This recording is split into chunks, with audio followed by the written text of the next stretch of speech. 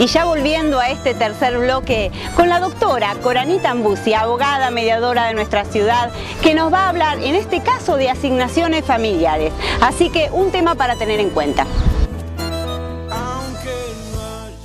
Seguimos hablando de derechos. Nosotros dijimos en algún momento, cuando hablamos de un sistema integral, miro al sujeto en su integralidad. Y dentro de esa integralidad está lo que son la asistencia a los derechos sociales, la seguridad social. Y cuando hablamos de seguridad social, empezamos a pensar en derechos previsionales o sociales, derechos sociales. Y eso nos lleva a pensar en las asignaciones. Quiero hacer dos distingos y intentaré ser lo más clara posible para no crear confusión. Cuando hablamos de asignación, podemos pensar en la asignación de hijo con discapacidad y en la asignación universal por hijo. Vamos a la última, ¿sí? La asignación universal por hijo, que es de más sencilla descripción. Sabemos que la asignación universal por hijo, que fue establecida en este último gobierno, contempla a grupos familiares con determinado rango económico, que son aquellas estructuras familiares que están desocupadas desde el punto de vista laboral o que están en el sistema informal de trabajo o cuyos ingresos son inferiores al salario mínimo vital y móvil. Ese grupo familiar, convencional o no, tiene derecho a la asignación universal por hijo. No hay distingo si hay un niño discapacitado o no. Si hay un niño discapacitado dentro de ese grupo familiar, por supuesto que tiene derecho a la asignación universal por hijo. Cierro eso. Nos vamos a la asignación por hijo discapacitado. ¿Quiénes deberán peticionar, tramitar el trámite y quién es el beneficiario de esto? Una cosa es el titular. El titular es aquel integrante familiar que pertenece al sistema formal de trabajo o pertenece al sistema del ANSES, por decirlo más sencillamente. Puede ser un trabajador activo o un trabajador pasivo. Entonces estoy en el sistema de pensiones y jubilaciones. Dentro de ese rango de titulares son quienes van a tramitar. ¿Quién será el beneficiario? El beneficiario será el hijo menor de 18 años discapacitado, y acá no hay ninguna cuestión en especial, es el hijo menor. La minoridad es lo que hace que yo, papá, pretenda por él. Pero ahora también puedo tener un hijo mayor de 18 años con discapacidad cognitiva o, por ejemplo, una discapacidad motriz. Soy titular, tramito este beneficio a favor de mi hijo. ¿Qué características, qué condiciones para ser beneficiario debe tener este hijo? Tiene que ser un hijo soltero. Ya no me importa entonces si es mayor o menor de edad, ya me salí de ese rango. Por supuesto que tiene que tener residencia en el país. ¿Puede ser un hijo discapacitado que trabaje y ser sujeto beneficiario de la asignación familiar por hijo discapacitado? Sí. ¿Por qué puede trabajar? Porque en realidad lo que mira el sistema es si este hijo, a pesar de trabajar, la discapacidad siempre tiene que ver con alguno de mis atributos, pero no con todos. Cuando en algún momento hablamos de la curatela, de la insania y de la inhabilitación, dijimos que hoy la mirada es la de la inhabilitación. Siempre tengo capacidades residuales y en algo no tengo capacidad.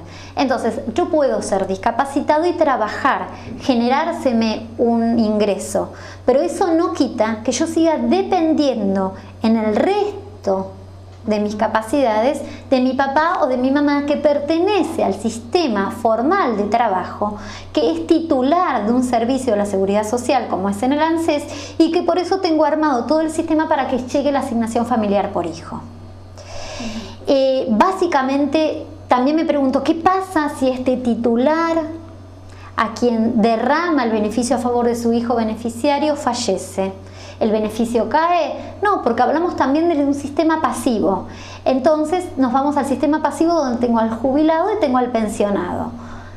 Trabajador titular que tiene un hijo discapacitado y por eso percibe una asignación familiar por hijo discapacitado, fallece mañana, será su viuda a través del sistema de pensiones quien se va a convertir en titular de ese sistema con beneficio a favor de su hijo discapacitado. No se corta el beneficio. También quiero contarte, más allá que esto excede nuestra jurisdicción, que esta consideración, este beneficio, y en concretamente lo que tiene que ver con su monto, no es igual para todas las situaciones. Lo que se va a analizar es la patrimonialidad o los recursos económicos que tenga ese grupo familiar, y también una cosa peculiar como dato que lo doy, según la zona donde esta familia resida. Hay zonas vulnerables y que tienen un mayor beneficio. Si esto se da en una zona extrema de nuestro país, como es el NOA o en Ushuaia, esa asignación por hijo con discapacidad es un monto superior que, por ejemplo, la zona central de nuestro país. Esto quiere decir que se atiende la integralidad de la persona y de este grupo familiar. Primero, si me quedo en hijo, hablo de un hijo matrimonial, extramatrimonial, adoptivo, no importa. Pero cuando me voy de la palabra hijo, hay beneficiarios que pueden ser niños o adultos que son cuidados o están en guarda, en el sistema de guarda o en el sistema de tutela por terceras personas que no son su papá o su mamá. Un ejemplo sencillo, un abuelo a quien se le asignó la guarda de un niño con discapacidad. ¿Puede tramitar la asignación familiar por hijo, aunque no es hijo, discapacitado? Por supuesto que sí. Te cuento también que no solamente un abuelo, puedo pensar en un tercero a quien se le asignó una guarda. Por ejemplo, hay casos de familias de acogimiento a quien se le asigna un niño en guarda. Puede tramitar este beneficio.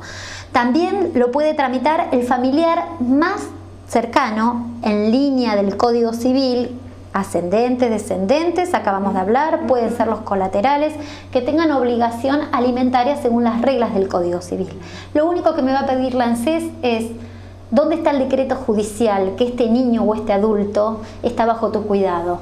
Una vez que yo tengo un decreto judicial que así lo dispone, acredito esto en el ANSES y puedo peticionar la asignación por hijo discapacitado. Entonces, no nos quedemos en la palabra hijo, va mucho más allá.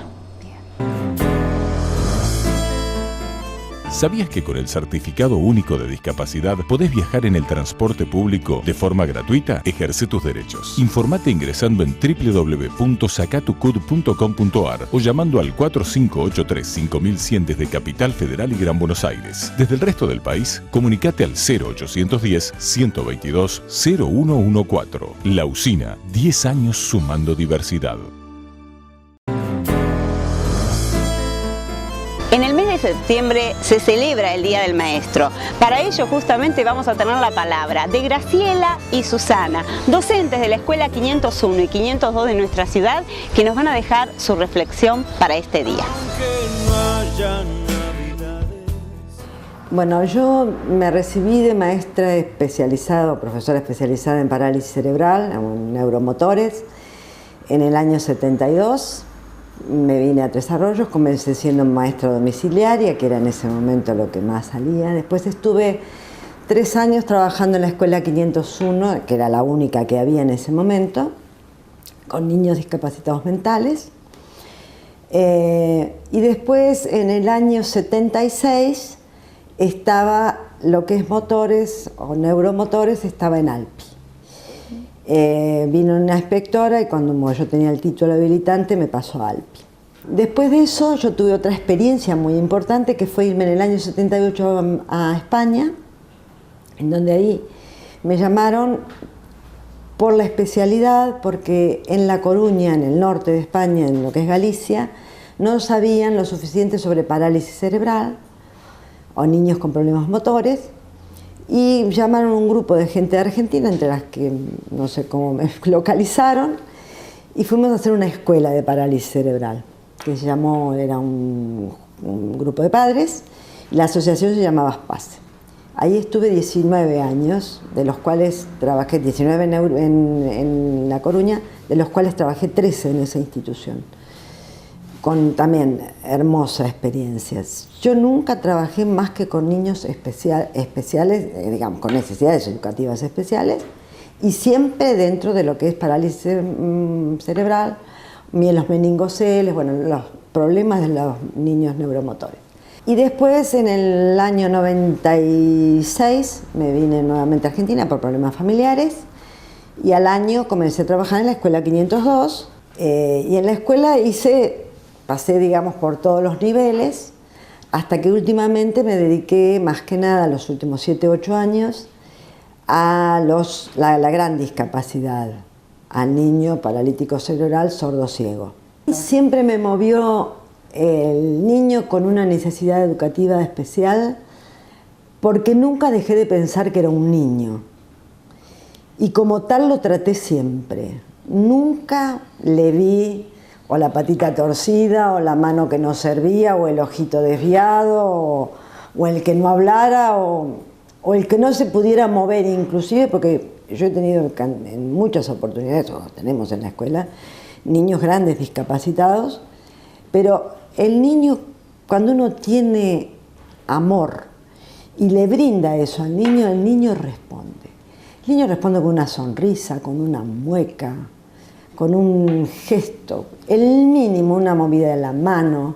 Eso, un profesional que ama lo que hace, lo interpreta.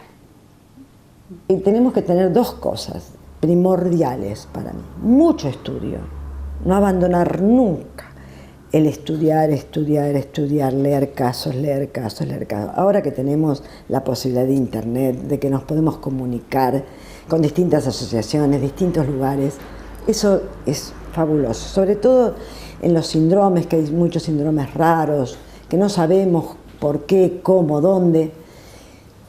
Hay cantidad de asociaciones que se dedican y que podemos tener acceso a ellos.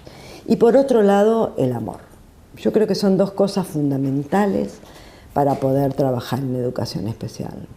Es primordial que el docente esté al lado de la familia, desde que la familia sabe que tiene un nene con una necesidad educativa distinta, acompañarla a esa familia y del lado de la familia.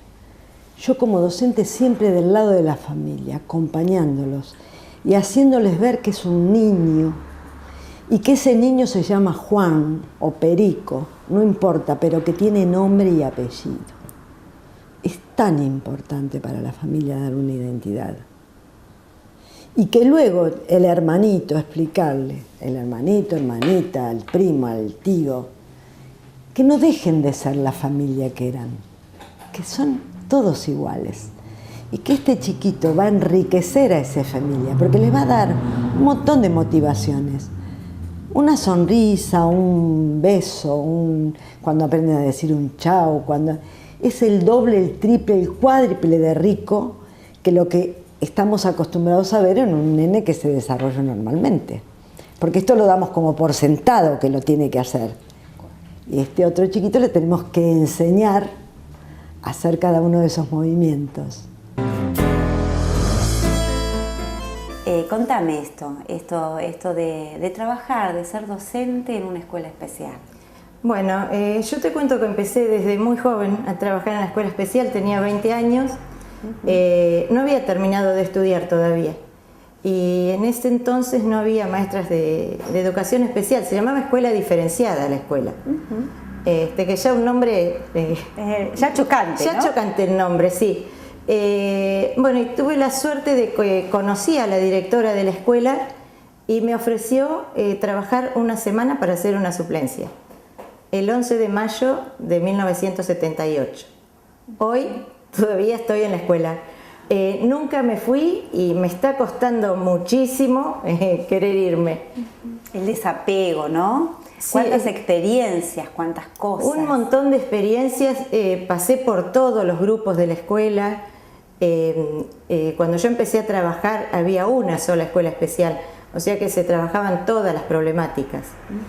Tuve la suerte de trabajar en los dos turnos, de los cuales uno funcionaba en Alpi, donde estaban los alumnos con discapacidad motora. Así que bueno, gracias a Dios pasé por todos los grupos, por todas las problemáticas y todas las experiencias que tuve positivas. Realmente, si tuviera que volver a empezar, me encantaría volver a hacer lo que hice. Vos sabés que antes los padres no mostraban tanto a los chicos. Costaba bastante ponernos de acuerdo con los padres para que nos dejaran por ahí salir. Hasta que, bueno, logramos, salíamos a pagar cuentas, salíamos a los bancos, a las confiterías, pero vos veías que la gente era como que miraba a los chicos con cierta distancia. Muchas veces me he peleado yo con gente en la calle, llevando chicos con silla de ruedas, una experiencia mala y grata a la vez, porque me acuerdo que era una cajera de un supermercado que me cruzó en la calle y justamente íbamos a ese supermercado. Te estoy hablando de hace 20 y tantos años atrás. Yo hace 35 que estoy en la escuela. Y llego al supermercado con los chicos y me dice, ¿no te da vergüenza andar por la calle con un chico con silla de ruedas? Bueno, eso costó hasta que sacara una solicitada en el diario local, porque realmente me dolió como si me dijera algo de un hijo mío. Y bueno, después de horario fui a hablar con esa señora. Y realmente terminamos llorando las dos y ella poniéndose en el lugar, ¿no?, de la mamá o de un maestro o del chico mismo. Que eso costaba muchísimo, muchísimo. Ahora la cosa es diferente. Y ahora la cosa es distinta y la gente tiene, creo que, otra mirada con estos chicos. Lo notás cuando salís, lo notás cuando vas a los negocios. Antes era pobrecitos. Y un día me paré con una señora y dije, pobrecito no, señora, porque quizá este chico tiene más corazón que usted, es más querido que usted y da mucho más de lo que puede dar usted. Bueno, la dejé sin palabras realmente. Pero ahora vos ves que la gente se acerca, ves por ejemplo la actitud de la gente cuando ve a una persona con bastón blanco, que antes era como que tenían miedo de ayudar a una persona con discapacidad. Yo creo que ha evolucionado a través del trabajo que se ha hecho en educación especial, pero también el trabajo que hacen los medios en apoyo a esto, como bueno, es el caso de tu programa, Patricia. Yo siempre digo, son personas diferentes, pero no son personas desiguales. O sea, yo no hablo de una persona con discapacidad como si hablara de alguien diferente. Me refiero a una persona como yo, como vos, como el común de la gente. No tengo distinta actitud para esa persona. Yo, por ejemplo, muchas veces me han preguntado, ¿cómo actúas vos frente a los alumnos? Y actúo como actúa cualquier maestra de una escuela común frente a un alumno. Porque en definitiva es un chico, es un alumno, es una persona. Y no tenés por qué actuar en forma diferente, porque si no vos misma lo estás diferenciando. Yo cuando he tenido que retarlo, lo he retado, lo he tenido que poner en penitencia, lo he puesto en penitencia. Quizá lo haces con mucho más amor que lo haces con otra persona, pero lo tratás de igual a igual. Y yo a la gente que empieza le digo bueno, que pruebe y que no haga una carrera porque no tiene otra cosa para elegir, porque hay montones de carreras para elegir. Pero la educación especial realmente la tenés que sentir. La tenés que sentir con el corazón, la tenés que sentir y palparla y palpitarla, porque no cualquiera tiene el equilibrio suficiente, la paciencia suficiente y brindar todo el amor, brindarte a esos chicos como si fuera su mamá. Yo me siento como la mamá de esos chicos. Y bueno, estuve 26 años de maestra, ahora hace 10 casi que estoy de preceptora, que tengo otra mirada del chico, pero realmente, principalmente eso, que sientan con el corazón esa carrera. Ya terminamos el testimonio de Sandra y la historia de Maitén siendo bebé prematura. Nos deja una reflexión final, así que ya mismo la estamos escuchando. Una característica de ella que se notó enseguida de jardín, lo creativa que es, lo detallista, se comenzó a notar en los dibujos, que siempre estuvo muy avanzada en eso. Bueno, después también fue a aprender, fue a distintos lugares. Ella fue a dibujo, a cerámica, a porcelana fría, a manualidades para reciclar, todo. Ella fue buscando cosas, pero antes de perfeccionarse en esas cosas se notaba ya cómo, curiosidad. Sí, la curiosidad, cómo ella dibujaba las sombras, las pestañas, no sé, cosas que otro chico a esa edad no lo hacía. Ella es bastante introvertida, es más, para seleccionar las fotos de este programa yo busqué, pero ella pasó por su filtro, ¿no? Ella eligió, no quería cualquiera, sobre todo de actuales, no quería mucho, no quiere exponerse. Entonces ella tiene un mundo interior muy rico, porque escribe además de dibujar, escribe, ahora le está gustando la fotografía, que por más oscuro que uno vea el panorama, hay que seguir adelante, hay que confiar en la ciencia, en los médicos que están a disposición de uno. Bueno, también confiar en Dios si ese es el motor de la persona. A mí es lo que me ha servido. Y hacer todo lo que nos sugieran los médicos, y muchas veces sí es con sacrificio, y hay que viajar, y hay que pedir un turno, y hay que hacer trámites, pero no quedarnos, porque el futuro de nuestros hijos bien lo vale, ese sacrificio, esas madrugadas, esos viajes. Esta es una bendición que ni sé de dónde la sacamos, pero el 6 de agosto del año 1999 la colocamos en la incubadora, porque ese fue el día de su bautismo, y la hemos leído creo que cada día hasta que salió, hasta que le dieron el alta, y nos sirvió también para sostenernos. Es una bendición de los niños, y dice: bendice este cuerpecito, esta alma blanca, que le ha ganado a la tierra el beso del cielo, que ama la luz del sol y goza, embelezándose en la cara de su madre, que no ha aprendido todavía a despreciar el polvo ni a codiciar el oro.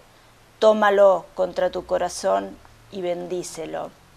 Vino a este mundo de las 100 encrucijadas, y no sé cómo te eligió a ti entre la muchedumbre, por qué llamó a tu puerta y tomó tu mano para preguntarte el camino.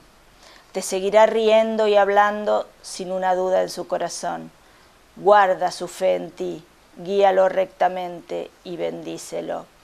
Pon tu mano en su cabeza y pide que, aunque las olas rujan amenazadoras a sus pies, el soplo del cielo venga a henchir sus velas y lo empuje hacia el puerto de paz. No lo olvides en tus prisas, déjalo llegar a tu corazón y bendícelo. Y ya se nos terminó nuestro programa del día de hoy. Nos vamos a ir con la voz de Alama Marcos, esa caricia al alma, ese mimo que hace tan bien. Y los dejo, seguramente nos vamos a ver el próximo mes acá en Celta TV y con otra mirada. La rosa, en la voz de Alama Marcos. Había una vez una rosa roja muy bella. Se sentía de maravilla al saber que era la rosa más bella del jardín. Sin embargo, se daba cuenta de que la gente la veía de lejos. Se dio cuenta de que al lado de ella siempre había un sapo grande y oscuro, y que era por eso que nadie se acercaba a verla de cerca. Indignada ante lo descubierto, le ordenó al sapo que se fuera de inmediato. El sapo, muy obediente, dijo: «Está bien, si así lo quieres». Poco tiempo después, el sapo pasó por donde estaba la rosa y se sorprendió al ver la rosa totalmente marchita, sin hojas y sin pétalos.